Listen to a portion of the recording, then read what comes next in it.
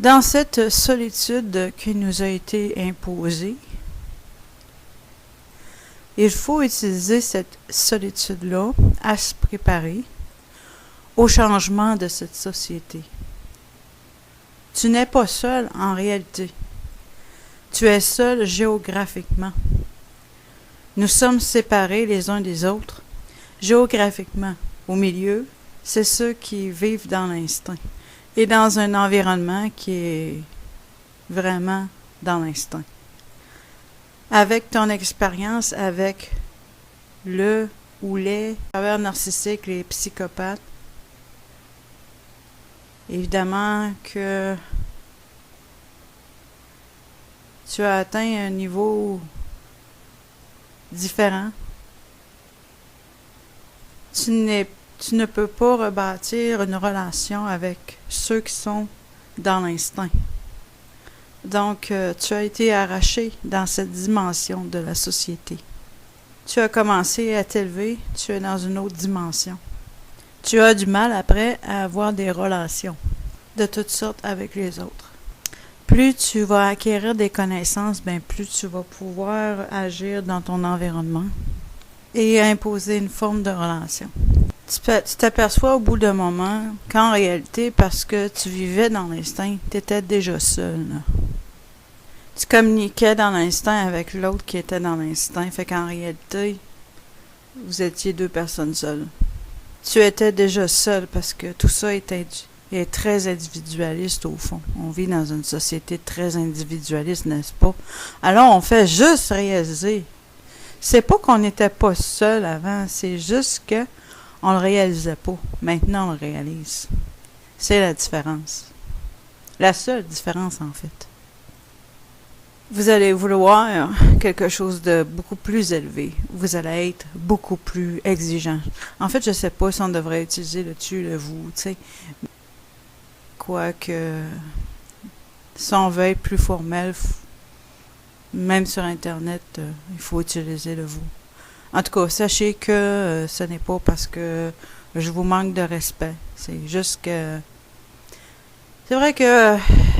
N'importe qui peut en comprendre ce que je dis, puisque mon français est, je vais le dire, international. Je ne parle pas tellement un langage régional. Ça fait que peut-être que j'ai pas remarqué dans mes vidéos précédentes si j'ai utilisé le tu pas mal ou pas. Je sais que j'ai pas utilisé beaucoup le vous, en tout cas.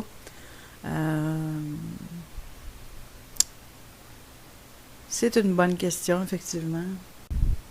Il y a quelque chose que j'ai pas mentionné auparavant concernant les bons anges. C'est que ce que je trouve bizarre, c'est que dans le cas des bons anges, plus tu es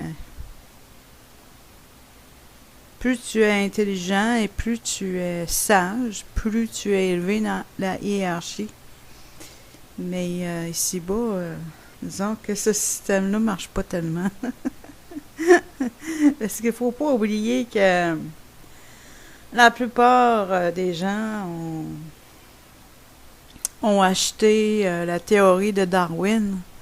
Donc, au plus fort la poche et celui qui parle le plus fort puis qui prend le plus d'espace, c'est celui-là qui doit gagner, c'est celui-là supposément le plus fort, donc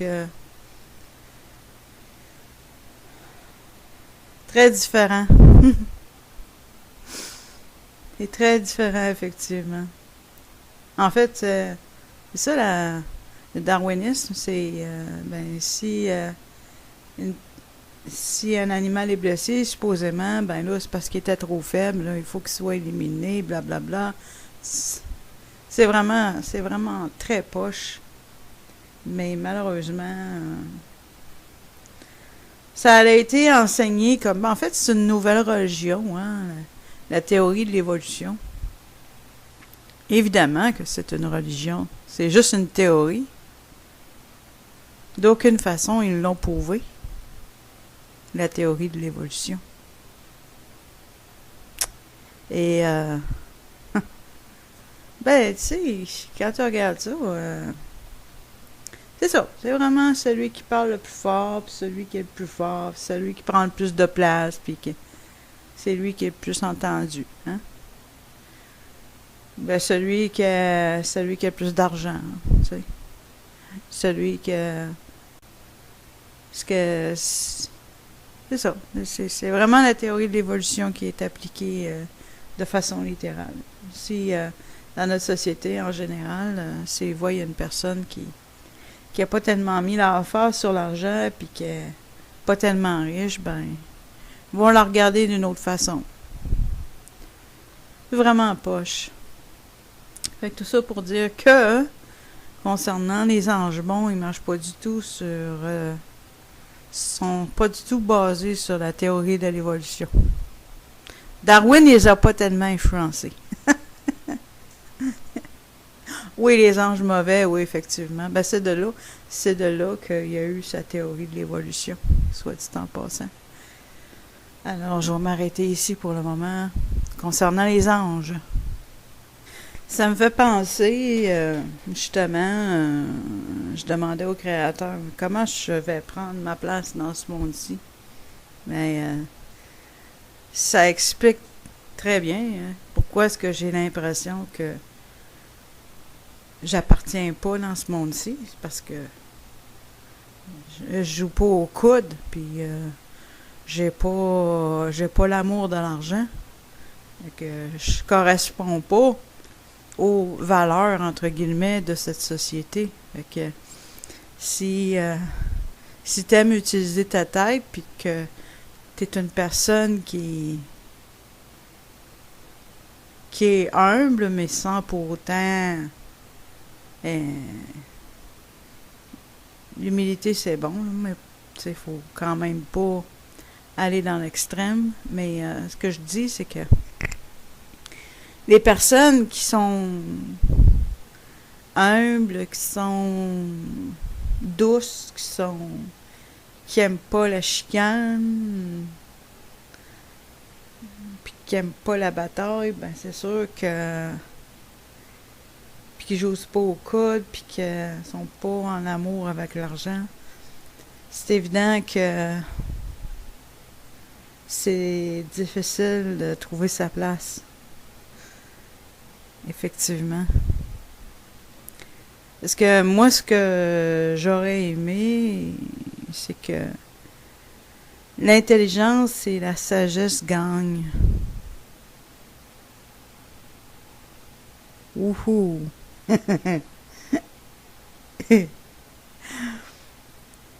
C'est les églises que j'ai fréquentées,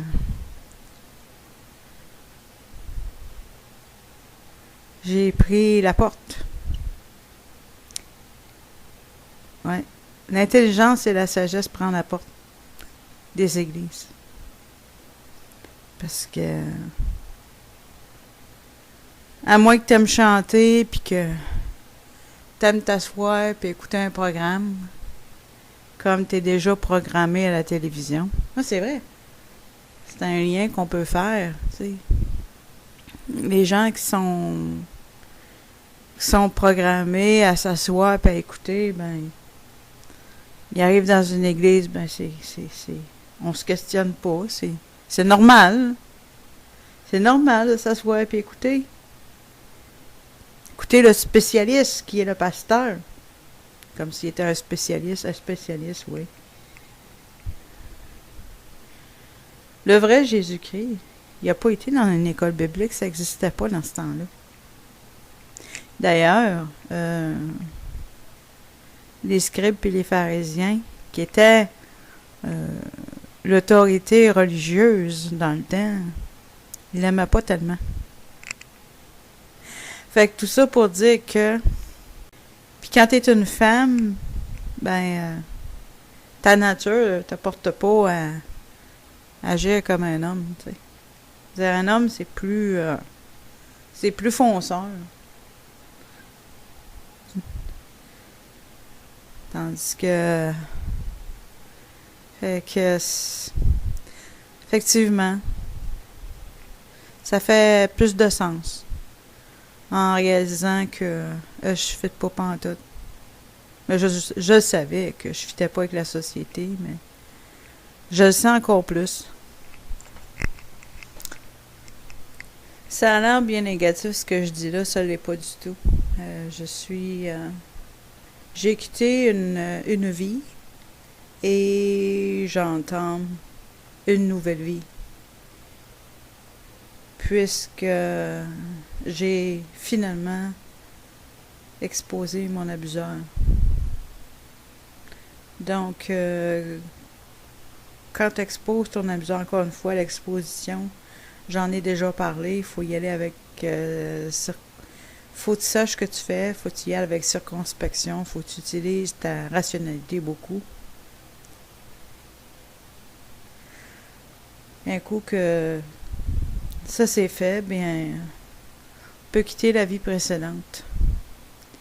Et qu'on entre dans une nouvelle vie. La vie que, ben pour ceux qui ont été victimes d'abus depuis leur enfance, on entre dans une vie qu'on n'a pas encore expérimentée, une nouvelle vie. Mais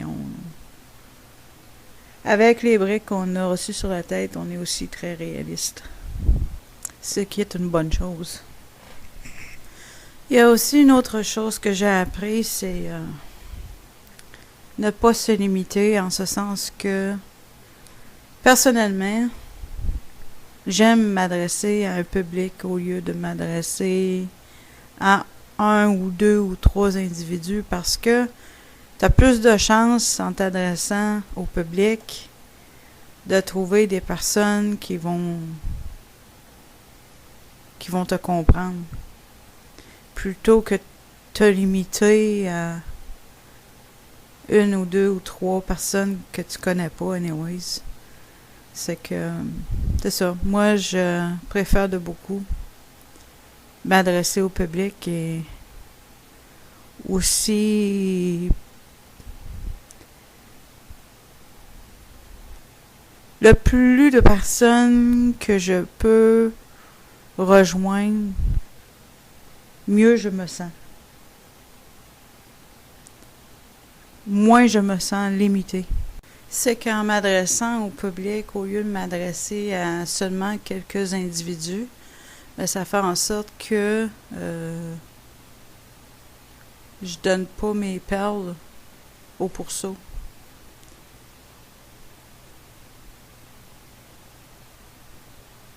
C'est ça. Fait que j'aime énormément. Moi, c'est vraiment ma façon de m'en sortir. C'est de m'adresser à un public. Et je suis bilingue, mais aussi je vais apprendre d'autres langues pour atteindre encore plus de personnes. J'aime beaucoup les langues. Chose certaine, je suis très heureuse d'avoir quitté les religions chrétiennes depuis un bon moment déjà. C'était la dernière place où ce que j'allais pouvoir prendre ma place, justement. Parce que, encore une fois, quand on va dans un groupe, le but c'est de se donner. C'est ça, c'est supposé être l'assemblée de croyants, c'est supposé être que tu vas là, non pas pour recevoir, mais pour donner. Et ça, je ne pouvais pas le faire. On me faisait taire. N'envie pas ceux qui ne sont pas seuls. Souvent, sont dans une relation où est-ce qu'ils s'utilisent l'un et l'autre. Donc, et parfois, ça apparaît vert, ça apparaît plus vert chez le voisin, mais ça veut pas dire que c'est plus vert. C'est pas parce que leur époux ou épouse ne sont pas narcissiques ou qui sont pas psychopathiques. Ça ne veut pas dire que Tu sais comme moi que dans cette société, c'est utilisé. C'est c'est à l'instinct, n'est-ce pas? Donc, n'envie pas ceux qui ne sont pas seuls. Parce que ça ne veut pas dire qu'ils sont en mesure de pouvoir se développer pleinement dans leur relation, n'est-ce pas? Ils ne sont pas nécessairement mariés avec leur meilleur ami. J'avais pas vu ça de même, mais effectivement, ça m'aide de comprendre puis de mieux voir que la solitude que l'on éprouve, c'est, bien que c'est souffrant, c'est une épreuve. Il faut le voir comme on est en voyage, puis là, ben, on a une destination à arriver, mais là, entre-temps, ben, on est sur un chemin rocailleux. C'est désagréable, mais c'est parce que on va obtenir quelque chose de meilleur au bout du compte. Donc, ça vaut la peine de passer par là, bien que c'est pas facile, mais pas en tout, pas du tout, pour parler en bon français. Est-ce que je veux que tout le monde puisse me comprendre? La solitude que l'on vit, c'est une société, c'est une, excuse-moi, une solitude multidimensionnelle. C'est pour ça que ça fait encore plus mal aussi. C'est une solitude de ne pas être compris. C'est une solitude de vivre dans une société de consommation.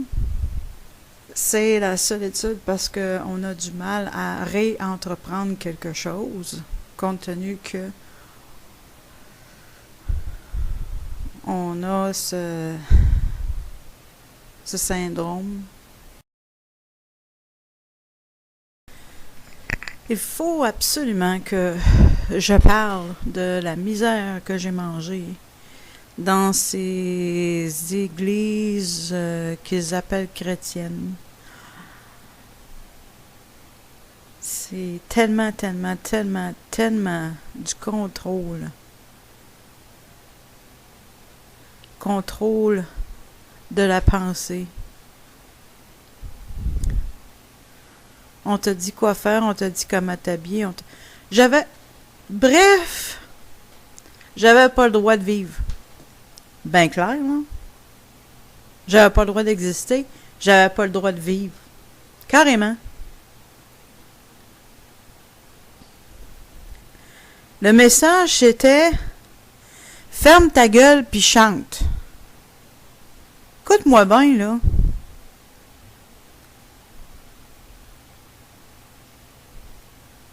Comment je peux chanter en fermant ma gueule?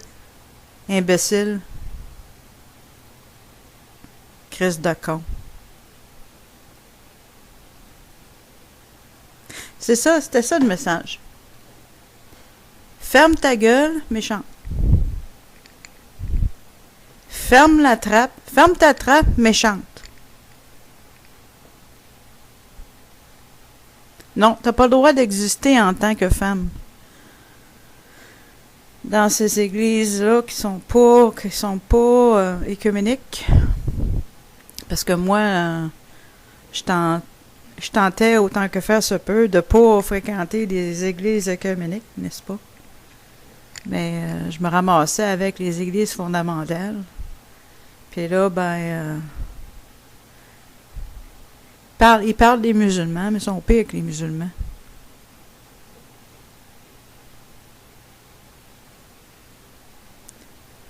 J'en ai connu des femmes musulmanes, puis sont pas mal plus émancipées que les femmes chrétiennes dans les églises fondamentales. Même s'ils ont le visage couvert puis qu'ils sont couverts de la tête aux pieds. L'émancipation, c'est pas dans la façon de se déshabiller, de se découvrir. C'est dans la façon de pouvoir apporter de ta personne envers les autres.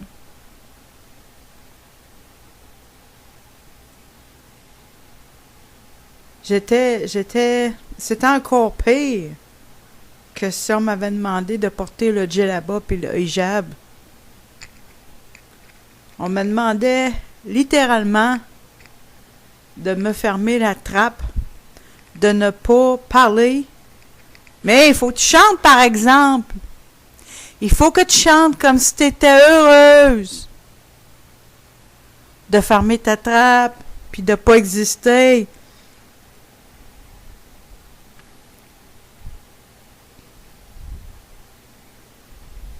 On veut pas que tu existes, mais on veut que tu chantes.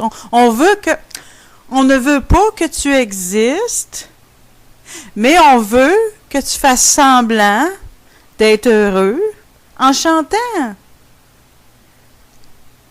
C'est l'apparence, mes petits amis. Voilà. C'est l'apparence. L'apparence, c'est bien important. Aie des dents blanches, puis sois bien peigné, puis habille-toi bien, puis arrive en Cadillac si t'es capable. Hein? Ou en limousine, peu importe. Et c'est l'apparence. L'apparence d'être un disciple de Jésus-Christ. L'apparence.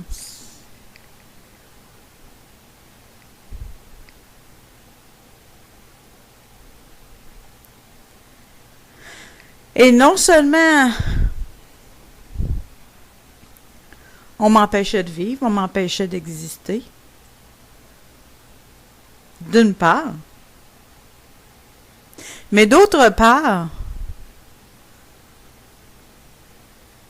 on me limitait dans ma façon de penser. En ce sens que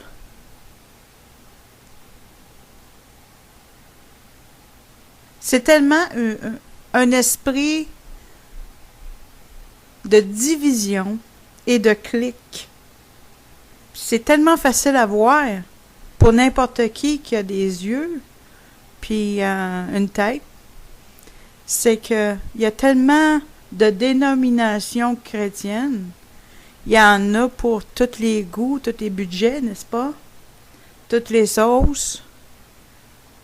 Puis chaque groupe croit qu'ils sont disciples de Jésus-Christ. Puis chaque groupe croit qu'ils sont meilleurs que les autres groupes. Ça, évidemment, que s'ils se croient meilleurs que les autres groupes, évidemment, ils ont tendance à penser qu'ils sont meilleurs que les autres religions aussi. Ben oui, c'est évident. Si on se divise entre soi-disant chrétiens, ben, on va aussi se diviser par rapport aux personnes qui ne pensent pas comme nous autres, tu sais. Un esprit de clic incroyable. Extraordinaire. Puis tu sais, quand tu côtoies, j'ai fait ça un certain temps, mais pas trop longtemps, Dieu merci. Heureusement que je suis pas restée très longtemps avec les fondamentaux. Je n'étais pas capable. Parce que moi, j'avais commencé à progresser lorsque j'ai décidé de ne plus avoir de relation avec la seconde femme de mon père. Parce que elle aussi, elle était très abusive. Je veux même pas en parler. En tout cas, c'est pas mon but dans cette vidéo-ci. Fait que j'avais commencé à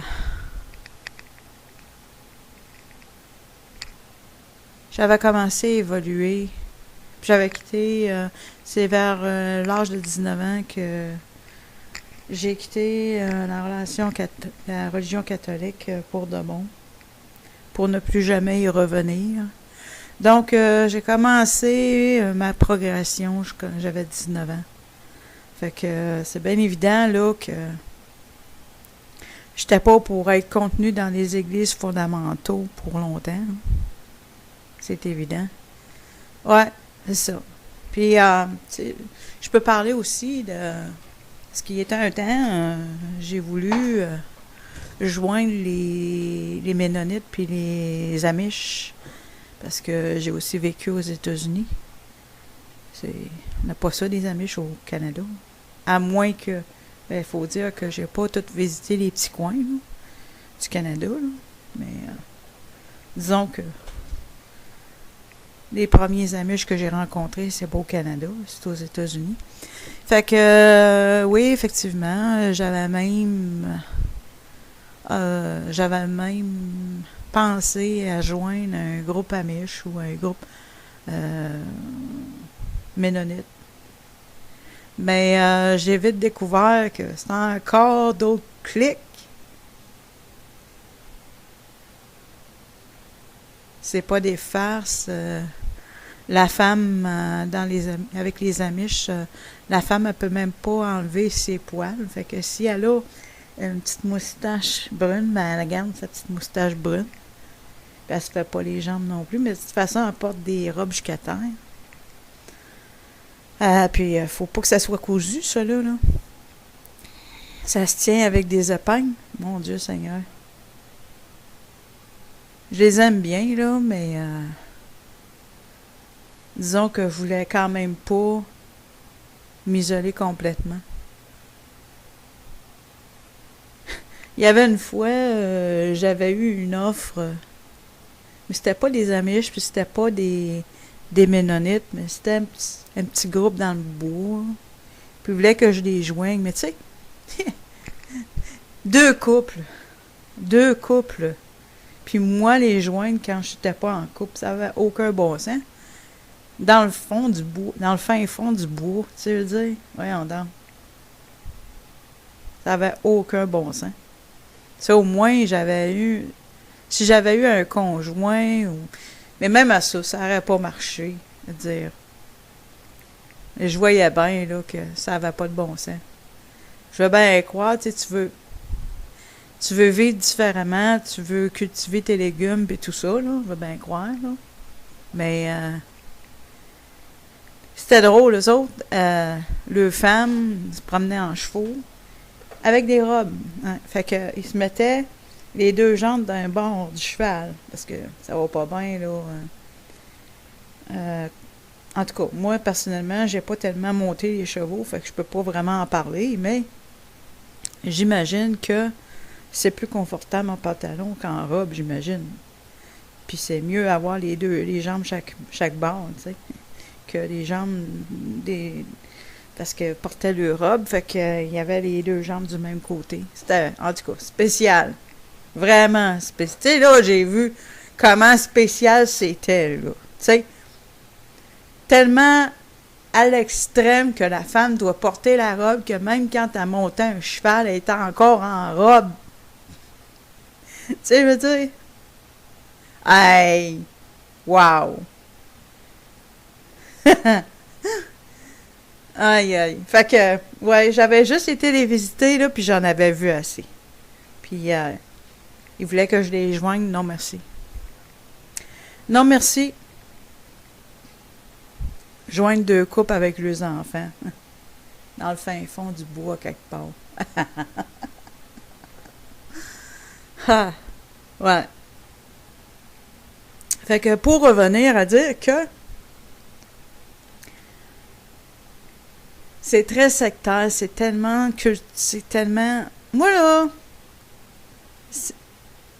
tu sais, quand le vrai Messie est venu, il est venu pour tout le monde, hein? Il est venu pour toutes les couleurs, toutes les nations. Il n'était pas limité. Puis l'esprit du Créateur, le Saint-Esprit ou le Grand Esprit, il se limite pas. Il est partout. C'est-à-dire, tu peux communiquer avec lui, que tu sois musulman, hindou, t'es capable de communiquer avec. Il n'y a pas de limite. Tandis que les religions, c'est tellement limitatif, puis encore plus quand tu vas dans les... En tout cas, moi, les religions chrétiennes, je les ai toutes faites, là, pas mal, là. Puis quand tu vas dans les fonds... Puis là, tu veux pas te mêler à l'écuménisme, mais là, tu te retrouves avec les fondamentalismes et les fondamentaux. Puis là, les fondamentaux sont vraiment... Puis qu'est-ce qui arrive, c'est que quand tu te ramasses au point de te ramasser avec les fondamentaux, c'est parce que à un moment donné, c'est que ça te limite, toi aussi. Ça te limite, puis ça te coupe du monde, carrément. Déjà que le monde dans lequel on vit, c'est très influencé par le darwinisme, fait que on se sent déjà pas très à notre place. Mais là, quand tu te ramasses en plus avec des groupes chrétiens fondamentalistes, ben là, tu te ramasses encore plus isolé.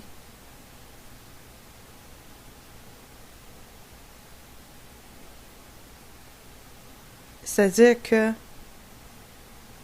c'est une bonne chose de ne pas suivre la société de consommation, mais de l'autre côté, c'est pas bon d'être trop restrictif, puis de se ramasser à devoir chevaucher, à devoir se promener en chevaux, en robe, tu sais, veut dire? Non, c'est vraiment, vraiment, vraiment, vraiment... Aïe, aïe, aïe. Le contrôle. Les hommes aiment beaucoup ça, le contrôle. Je te dis pas tous les hommes, mais je te dirais que les hommes religieux, en général, là, ils aiment bien ça, le contrôle. Que ce soit des prêtres ou que ce soit les pasteurs. Ils sont pas mal bons là-dedans.